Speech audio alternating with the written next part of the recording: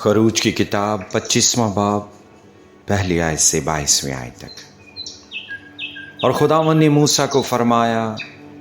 بنی اسرائیل سے یہ کہنا کہ میرے لیے نظر لائیں، اور تم انہی سے میری نظر لینا جو اپنے دل کی خوشی سے دیں۔ اور جن چیزوں کی نظر تم کو ان سے لینی ہے وہ یہ ہے: سونا اور چاندی اور پیتل، اور آسمانی اور ارغوانی اور سرخ رنگ کا کپڑا، اور باریک کتان اور بکری کی پشم، اور مینڈوں کی سرخ رنگی ہوئی کھالیں، اور تخس کی کھالیں اور کیکر کی لکڑی، اور چراغ کے لیے تیل،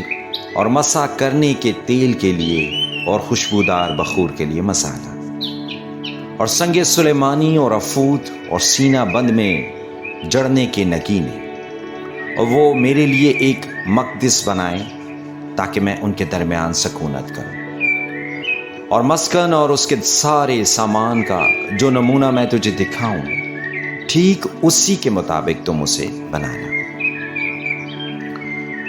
اور وہ کیکر کی لکڑی کا ایک صندوق بنائے جس کی لمبائی 2.5 ہاتھ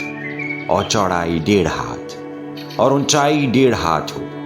اور تو اس کے اندر اور باہر خالص سونا منڈنا، اور اس کے اوپر گردا گرد ایک زرین تاج بنانا، اور اس کے لیے سونے کے 4 کڑے ڈھال کر اس کے چاروں پایوں میں لگانا، 2 کڑے ایک طرف ہوں اور 2 ہی دوسری طرف، اور کیکر کی لکڑی کی چوبیں بنا کر ان پر سونا منڈنا،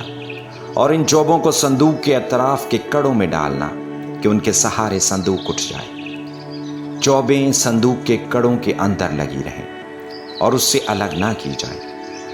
اور تو اس شہادت نامہ کو جو میں تجھے دوں گا اسی صندوق میں رکھنا۔ اور تو کفارہ کا سرپوش خالص سونے کا بنانا جس کا طول 2.5 ہاتھ اور عرض 1.5 ہاتھ ہو، اور سونے کے 2 کروبی سرپوش کے دونوں سروں پر گھڑ کر بنانا، ایک کروبی کو ایک سرے پر اور دوسری کروبی کو دوسرے سرے پر لگانا۔ اور تم سرپوش کو اور دونوں سروں کے کروبیوں کو ایک ہی ٹکڑے سے بنانا، اور وہ کروبی اس طرح اوپر کو اپنے پر پھیلائے ہوئے ہوں کہ سرپوش کو اپنے پروں سے ڈھانک لیں، اور ان کے منہ آمنے سامنے سرپوش کی طرف ہوں۔ اور تو اس سرپوش کو اس صندوق کے اوپر لگانا، اور وہ عہد نامہ جو میں تجھے دوں گا اسے اس صندوق کے اندر رکھنا۔ وہاں میں تجھ سے ملا کروں گا، اور اس سرپوش کے اوپر سے اور کروبیوں کے بیچ میں سے جو عہد نامہ کے صندوق کے اوپر ہوں گے، ان سب احکام کے بارے میں جو میں بنی اسرائیل کے لیے تجھے دوں گا تجھ سے بات چیت کیا کروں گا۔ آمین۔